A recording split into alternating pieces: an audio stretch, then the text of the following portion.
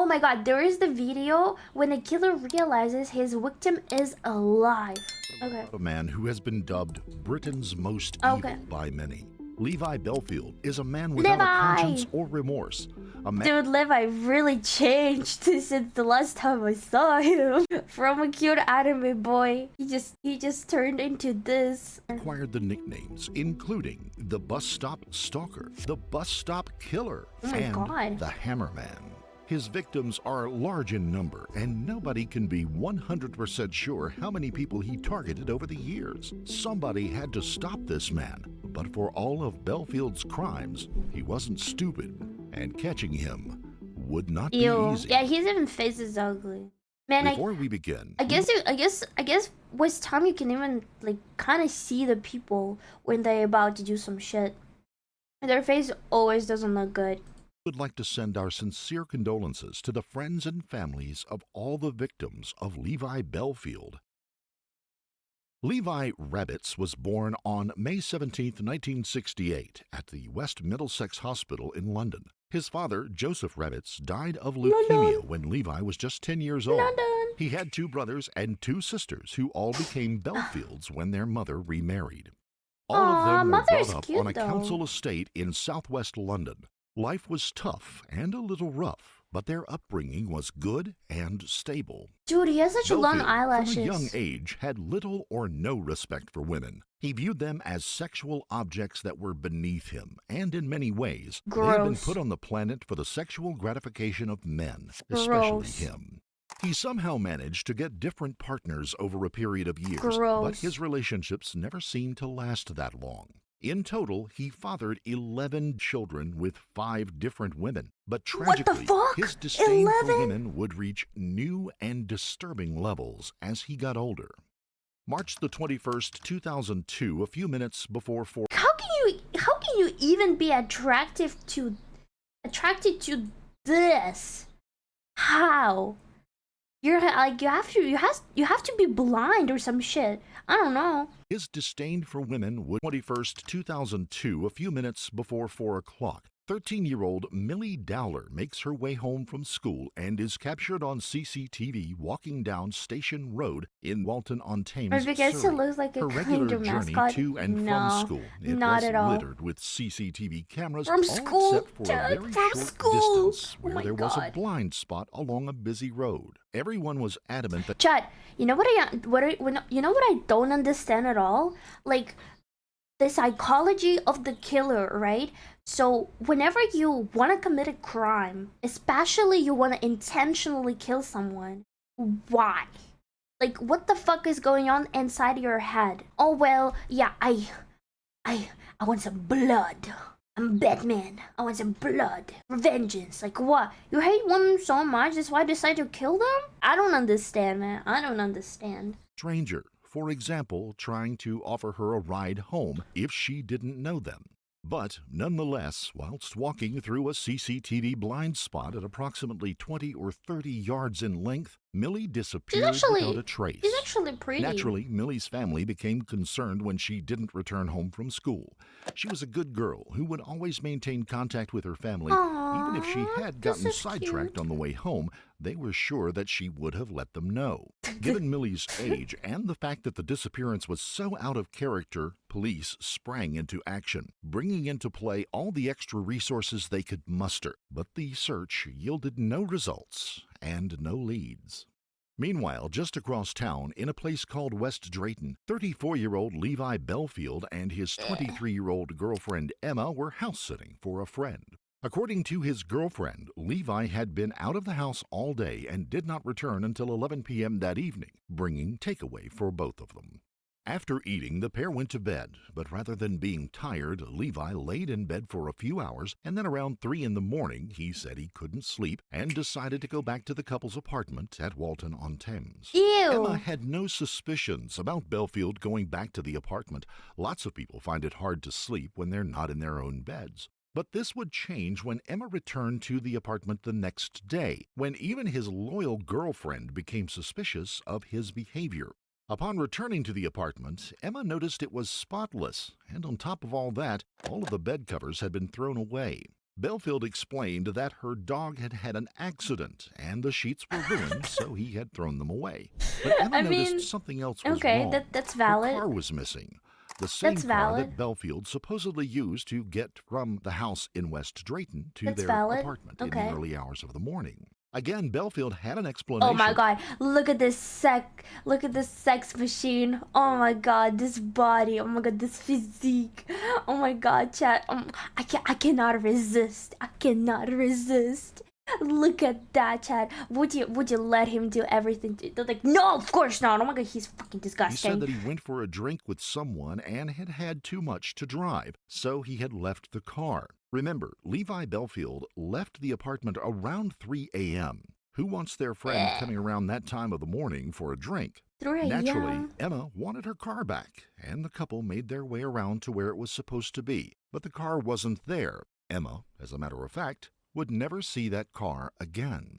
Despite her reservations, Emma let the episode slide. It is likely that she suspected Bellfield of having relations with another woman, but she stuck with him anyway, and the couple got a new home together in Little Benty, West Drayton.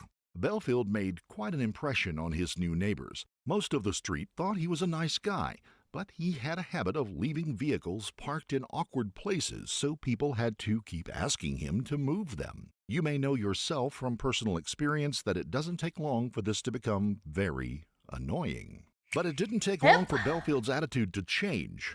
Neighbors noticed that he took a particular dislike to an elderly couple living on the same street. He would give them verbal abuse and was even suspected of spreading weed killer all over the couple's garden. What he was trying to achieve, nobody really knew. But just to make sure that nobody went near his home, he bought 2 dogs that were, to say the least, not very friendly towards people. Couple that with barbed wire he used to cover the stolen fences, and you can see why his neighbors became uneasy about him. Now, with his garden looking more like a prisoner of war camp, people wondered what he was hiding. Levi and Emma's neighbor at the time also spoke of his concerns about their home life, saying, they played the part of a couple, happy couple and all that, but Emma's whole demeanour told a different picture. I think Emma was very fearful. I think Levi bullied her. Oh, she cried quite a lot. That's happy person crazy. I don't know what he was trying to achieve. I don't know what he was hiding. But it was all very strange. But Bellfield's mental state is highlighted no better than by comments of an ex-girlfriend. His mood swings were so unpredictable. He would go from loving and caring to aggressive and horrible in the blink of an eye. At mealtimes, I had to separate his foods. The potatoes would have to be separate from the carrots, and the meat wouldn't be allowed to touch. You know what? After that, you have to separate my food because you're, I don't know, because you're something, or just like this kind of stuff. Man, run away from this bitch. Because, I mean, I'm talking to her. Girly, run away. Mentally unstable people is a red flag. Is a big, flashing red flag. Like, wham, wham, wham, wham. No, never, ever, never. Dude, this is so terrifying because people that are actually in this kind of relationships, like in a mental unstable relationships, they do not understand they're in a mental, in this kind of abusive relationships because you always, I don't know if it's about if it's like the American or just like North America thing, but like here, like not here, but like Slavic people, I can say from like experience that I've witnessed living in Ukraine or just anywhere, basically anywhere in like Slavic countries, is that women always believe that they, the situation, I can fix him. I can fix him. He can be a better person. He can quit being abusive. He cannot kill anyone while he is with me because I'm so special. No, girl. The life doesn't work like this. If you're dating a if you're dating a weirdo and he's abusive, he's not gonna change just because of you, darling. Nope. He's not. He gonna abuse you. He gonna abuse your entire family. He gonna make you be afraid and to interact even with your friends. He will just completely zone you out from society so you can just only be obsessed with him. But girl, you don't want these relationships. You don't want to have this kind of abusive dumbass dumpster beside you. You want to have a wonderful, perfect life. You want to date a normal person who will respect your boundaries, respect you, and love you for who you are, and will, even go for walks with you. Not like, oh, I don't feel very well, so can you please separate my food? Yep, bro. He will go to the freaking bathroom with you together. He will hold hands when you cannot poop. He will do a whole bunch of things for you, girl. But you don't need these toxic relationships. Nuh-uh. Touch anything else on the plate. Oh my god. He used to make me eat one of everything on his plate because he was convinced I was trying to poison him. Oh no, he's Dululu. When I No, was first pregnant with my daughter, that's a hospital. He was absolutely That's a over the moon. clinic. Then Bring him it to the changed clinic. because he already had girls with his previous partner, and he'd always wanted a boy. So it kind of went downhill from there.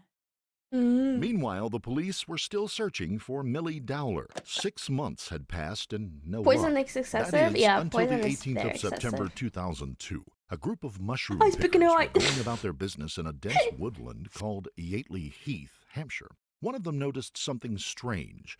Upon approaching it, they discovered the partly decomposed naked body of a young girl. The body was so badly decomposed that a cause of death could not be ascertained, but using dental records, investigators were able to learn, sadly, that the remains were those of Millie Dowler. None of her possessions were found in the area. At the time of her disappearance, she had been carrying a mobile phone, a bag, a purse, and of course she was wearing her school uniform.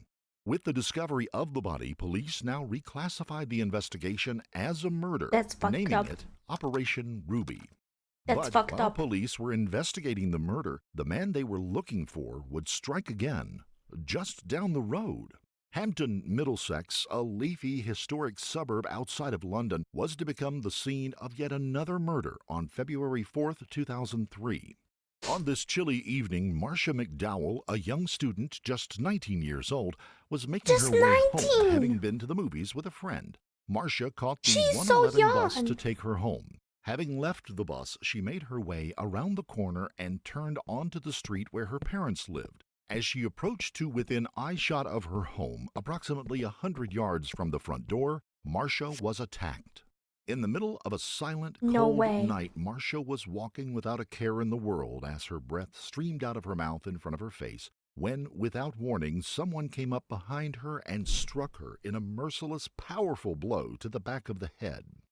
Such was the ferocity of the blow, Marcia was left instantly unconscious. She was eventually seen and an ambulance was called, but tragically, they couldn't save her. She was admitted to the intensive care with severe head injuries, but the next day she sadly died. The investigation into Marcia's senseless attack Fucking began immediately. Fortunately, crazy buses dude. in the UK have CCTV fitted, and this gave police their only and very tenuous lead. As Marcia got off the bus, a silver Vauxhall Corsa was seen near the bus stop. As Marcia made her way from the Percy Road bus stop and around the corner, the Corsa followed her. On the face of it, seeing a car like this might seem like a good lead, but Vauxhall Corsas are very common in the UK. They account for nearly 3% of all cars driven in Britain. To make matters worse, the CCTV image wasn't good enough to get a good look at the registration plate. Meanwhile, Levi Bellfield had gotten himself a legitimate job. He was working as a doorman for several pubs and clubs. This job suited him down to the ground. He loved fighting, and he was aggressive, and he liked getting his own way. So if anything ever went wrong at the doors and somebody started fighting, Bellfield was more than happy to get involved. People who knew He's Bellfield sick. have He's said sick that in his brain. love for violence and his obsession with having big He muscles came is from his he is childhood. sick in brain. As a child, Bellfield was a weak boy who was the apple of his mother's eye. He slept in her bed until he was 16, and she literally wiped his backside until he was 12. Even in his 30s, whenever he would go and see his mother, he would still, strangely, sleep in her bed. Bellfield was also What? continuously bullied throughout his school years. His nickname at school was Bugsy, and not because he looked like the 1920s American gangster. There was a rumor, and we must stress it was a rumor, that Bellfield had sex with his 15-year-old sister's rabbit and then broke its neck. The label, true or not, would haunt him all the way through school. Police now said they had what they believed to be two separate investigations going on. They still had not found the so-called bus stop killer who had taken Millie Dowler's life, nor had they any that's evidence a hospital. or suspects. That's a hospital. And now they were hunting That's the so so-called weird. Blitz killer after This the is type so of disgusting. brutal random attack unleashed on Marcia McDonald. And all they had to go on there was the silver Vauxhall Corsa. That's so which disgusting, may as man. well have been a needle in This a is so haystack. disgusting. It was now 2 years since the murder of Millie Dowler, and a year since the murder of Marcia McDonald. Little or no progress had been made in either investigation. Their killer or killers remained on the loose. On the 28th of May 2004 at Isleworth, Middlesex, just miles from where Millie and Marcia had been killed, an 18-year-old student named Kate Sheedy was making her way home after a night out with friends. 18! Just like poor Marcia McDonald about a year earlier, she caught the bus and then began walking down the street where she lived. She was walking on the left-hand side of the street when a car drove past her, broke sharply, and pulled onto the pavement. Kate had her wits about her and didn't like the situation, and as a precaution, she crossed the road to walk on the other side. But the driver didn't like Kate's actions and would not be deterred. As Kate crossed the road, the car spun around and drove at her at speed, knocking poor Kate off her feet. What was even worse is the driver, having run over Kate once, put the car in reverse and drove over her for a second time. The car then accelerated and spun off into the night in the same direction it had come from, leaving Kate for dead. Kate's injuries were horrific. Every single one of her... Dude, why? Why would you do that? She's just a kid.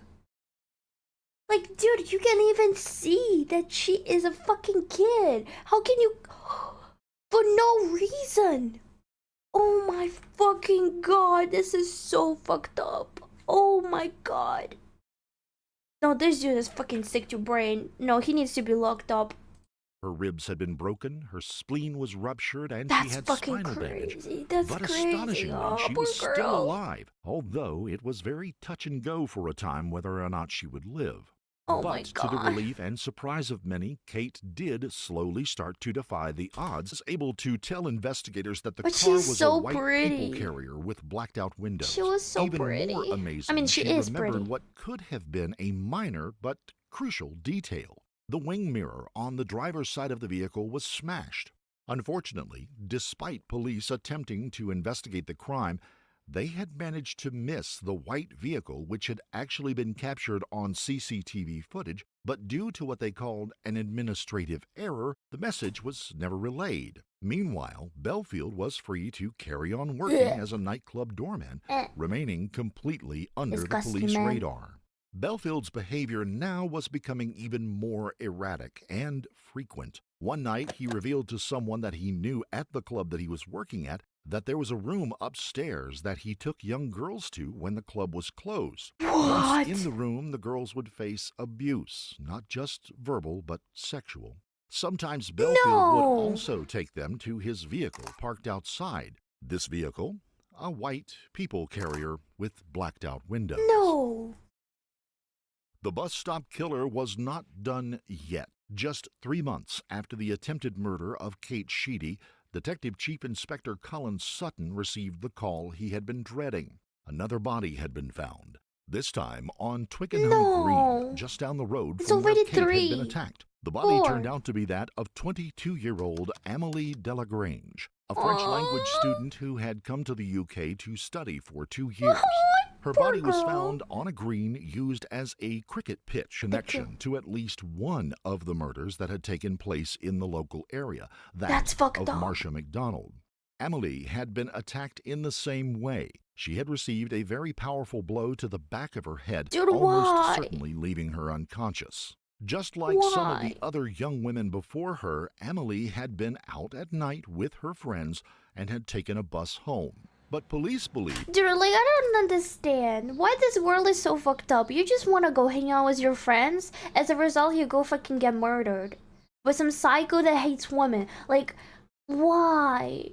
Just why she was a student? Why? Dude. I don't know why this world is so fucked up. That she may have fallen asleep on the bus and missed her stop because she asked the driver how long it would be before the bus would return in the opposite direction. The driver told her it would only be about 10 minutes, but Amélie decided to walk. Yeah, like you never know that actually shit happens. And nobody, I'm telling you again, nobody could fucking catch him just because they didn't, like, I don't know. He was just probably acting behind the, like in the blind zones of the camera, or they're just on the areas where the fucking, you know, cameras, even, they're not, there's not even cameras there. That's so fucked up, actually. Yes, everyone can be a fucked up maniac. I'm not just saying that, like, poor girls, oh my god, poor girls. But emotional damage. There's some even women that are fucking maniac. Yeah, innocent death. Like, she wasn't even doing anything. It can be a cruel world. It is a cruel world. Like, even right now. You think this shit stops? No, there are still some weird psychos that just walk around the street just because they, in the age of 12, their mom, you know, beat them up because they were doing a very horrible thing. So from that time, they were like, I don't want to trust women anymore. I don't want to love women anymore. I'm gonna use them. Decided to take the shorter route across the field instead. During her looking walk them up over is the a waste green, of tax the money. killer That's seized true. the Kill them! opportunity. In his quest to find out who had killed Amélie, DCI Sutton made himself rather unpopular with his colleagues by reopening older investigations that hadn't been solved. This included Millie Dowler, Someone's a Marcia PP sniper. McDonald, and Kate Sheedy. Yeah. All DCI Sutton's opinion was the possibility that they were all linked had to be explored. While the DCI was working hard to get justice for the young girls and their families, Bellfield found himself a new occupation, one that he enjoyed very much. He had gone into the private clamping of vehicles, but you wouldn't be surprised to learn that his business wasn't completely legitimate. He wasn't just doing it for the money. He enjoyed clamping people who had parked legally as well. When they challenged him, what a he would extort them motherfucker. for money through intimidation until they paid. Oh, poor his Given kids. his love of conflict, he probably would have preferred had they not pay. Then there would be a chance at some I mean, on this picture, he doesn't look this ugly, right? But on other pictures, he actually looks like ugly drunkard or some shit like that. Like on this picture, especially. Dude, compare. Look at this alpha. Oof. violence. He didn't just go around okay, the it's gonna be streets fast. looking for cars to clamp either. He actually got people to come to him, believe it or not. He would place certain discreet advertisements around for a brothel. I feel like, okay, it's my unpopular opinion, but I feel like the moment you commit the first crime, like, and this crime is a murder, if you're sick in brain, you cannot stop. Like, I feel like, you know, for some people, especially who suffer from this thing, it's kind of like becomes an addiction. Like they need to make other people miserable. Yep, assert dominance. Yeah, exactly. But yeah, I know what I'm talking about. Like maybe because he was like how I was said in the beginning, like he hated women, so maybe he wanted to like assert dominance, to like, you know, make other people more miserable than he. But he's actually the miserable. Loser. When someone responded to the advert, he would advise them of the address. Once they left their vehicles to go into the brothel that didn't exist, he would go over and clamp their wheels. Prostitution is illegal in the UK. These people couldn't go to the police, leaving them with no choice but to pay Bellfield. But unbeknown to him, DCI Sutton was making slow but steady progress. Having checked the mobile phone records, he noticed that Amélie's mobile phone had not been switched off like the others. Maybe her killer had gotten overconfident or forgetful. Her phone had been left switched on until 20 minutes after her body had been found. The phone had moved from Twickenham Green to Walton-on-Thames. It simply wasn't possible to do this journey in 20 minutes. The police knew the killer had a vehicle, and given it was late at night, spotting a vehicle in the different locations wouldn't be that difficult. The police set about checking all the CCTV footage. To be precise, 2,000 hours of CCTV footage looking for matching vehicles along the different routes that could have been taken. Finally, after the monotonous task had been completed, police did notice one vehicle that appeared in both locations. It seemed to be a small van, Oh, is he which police shirtless? were confident was a Ford. The problem, same as with the Vauxhall Corsa, is that it is a very common vehicle. Ford vans are the most common in the UK, and in the London area alone, there was between 24 and 25,000 of them My on God, the road. that's a The lot. police now decided to launch a public appeal for the vehicle, something that isn't too common so early in an investigation. But eliminating 25,000 vans would take too long. They needed to find this vehicle and the driver as quickly as possible. Sutton's strategy would generate a strong lead. A lady went to a local police station shortly after the appeal, claiming to know who the killer was. Her name was Joanna Collins. Joanna was the ex-girlfriend Hello, of Joanna. Levi Bellfield and knew exactly what he was capable of. Oh my Police God. took her and her statement very seriously. Dude, those eyebrows. Oh my God. Those eyebrows. Oh my God, I'm getting PTSD. God. You know what it reminds me of? It reminds me of the fucking cashier. Secondly, they had no other suspects, God. so it was I'm certainly a lead crying. worth following up. Oh my When DCI Sutton checked Bellfield's criminal record, there wasn't anything Oh my God. terribly Look at this serious machine there, behind but me. something I'm did leap terrified. out I'm at him. shaking. In May of 2004, Bellfield had been arrested didn't in know a public white hair Toyota grew. Previa. This car matched the descriptions given by Kate Sheedy. It was the people carrier. Compound this with the fact that DCI Sutton discovered Bellfield had also owned a silver Vauxhall Corsa. He now believed Oh he had my, enough that's to a bring decent him car. in for questioning. On the 20th of November 2004, DCI Sutton and his team went to Bellfield's home in the very early morning hours to bring him in. Police entered the home, but there was no sign of him. They searched everywhere, and just as it began to look like they were going to have to look somewhere else, a sergeant on the team decided to open up the attic or loft as a last resort. So what Climbing did the he ladder and find? shining his flashlight, a naked Bellfield was seen trying to hide in the corner. The sergeant grabbed him and said those famous words in British policing, "You're nicked."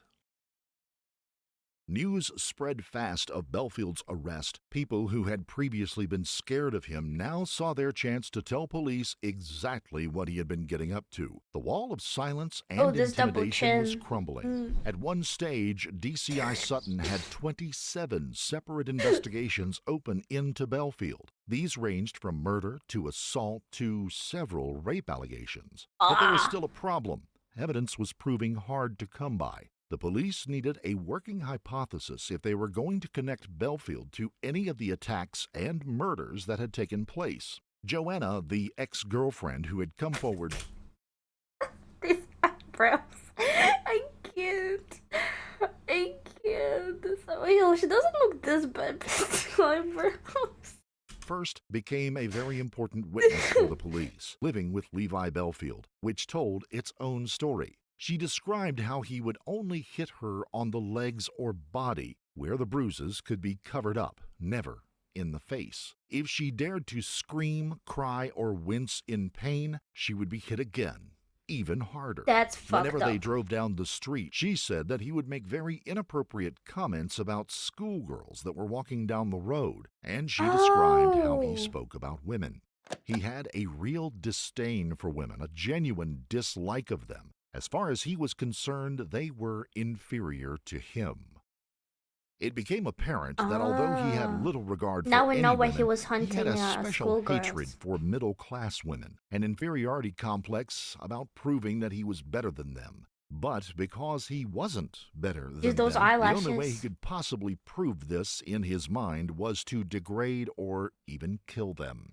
Levi Bellfield was Ew. formally charged on the 2nd of March 2006. DCI Sutton said that despite the seriousness of the case, he took great pleasure in finally sitting across the table from Bellfield and reading out the charges. But there was no reaction from the remorseless, emotionless, and somewhat soulless Bellfield. He only said 2 words during the whole process: "Not guilty."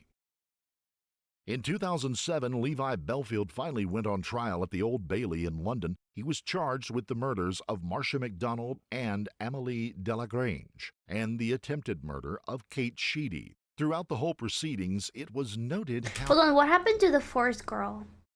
Because I guess he killed 4 people, didn't he? disinterested he was, spending long periods of time staring at the ceiling or picking at his fingernails. He continued to deny all the charges against him and tried to present himself to the jury as polite and well-spoken, and he would not hurt a fly. Thankfully, this cut little ice with the judge or the jury. Bellfield had no credible defense whatsoever. The words of denial may have left his mouth, but his body language said, "Why am I here? I haven't done anything wrong. This is a waste of my time."